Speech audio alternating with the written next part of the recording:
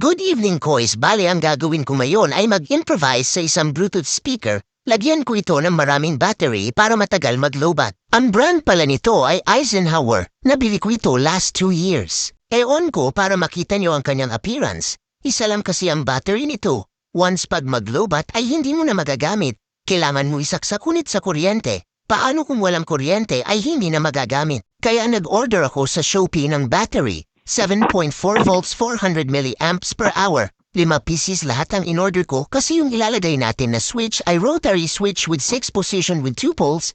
Bakit 6 position lang yung switch? Di ba 5 lang yung battery na in-order mo? Oo nga 5 ang in-order ko na battery. Ang pang-anim ay yung stack na battery na nakakabit sa loob. Kaya 6 lahat. Alright. At ito yung stack na battery. Ang gagawin natin dyan ay paputulan natin ang positive wire ng battery at doon natin i-connect sa rotary switch. At yung positive na wire galing sa board ay i-connect natin sa common ng rotary switch at ang negative wire ay common lahat. Dito natin ilagay sa likod ang lahat ng battery. Nabuksan ko na ito dati at sinukat ko na at sa tingin ko kasya lahat ng 5 battery.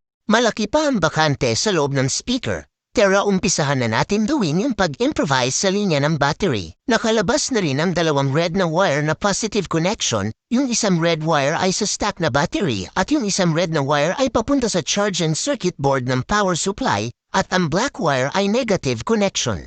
Ito yung rotary switch na 6 position 2 poles, ito ang gagamitin natin sa pag-select ng battery. Once mag-alarm ang Bluetooth speaker na lobat ay ipipiit natin sa kabilang direction para yung ibang battery naman ang magfa-function. Nalagyan ko na ng wiring ang mga terminal ng rotary switch.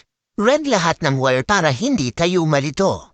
Automotive wire yung gamit ko. Pinasok ko na ang battery sa compartment. Maghanap tayo ng magandang posisyon ng battery at pagkatapos ay i-fix natin gamit ang cable tie para hindi kakalhag kung sakaling bitbitin ng speaker. Mas maganda posisyon yung nakatindig ang battery. Kasyang-kasya lang. At babalutin ko ng adhesive tape ang battery.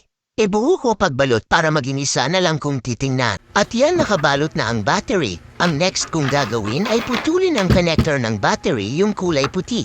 Kasi hindi na natin yan gagamitin, i-connect natin diretso yung red na wire sa may rotary switch. At sa pagputol ng wire ay huwag mong pagsabayin pagputol ang red at ang black.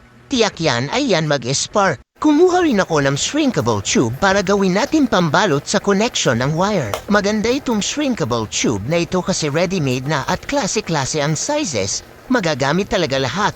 Mabibili din ito sa TikTok Shop, Lazada at sa Shopee. Inumpisahan ko na i-connect lahat ng mga wires ng battery. Inuna ko muna yung negative wire na kulay black. Pinag-isa ko lahat ang negative kasi yun ang gagawin natin na common. Lighter fluid ang aking gamit sa pag-shrink ng shrinkable tube kasi maganda ang resulta. Lalit talaga. Ang iba naman ay ginagamitan ng soldering iron para lalitin kaso lang marumi tingnan. Next natin i-connect ay yung red na wire. Ikabit natin ito individual sa rotary switch. Almost done na.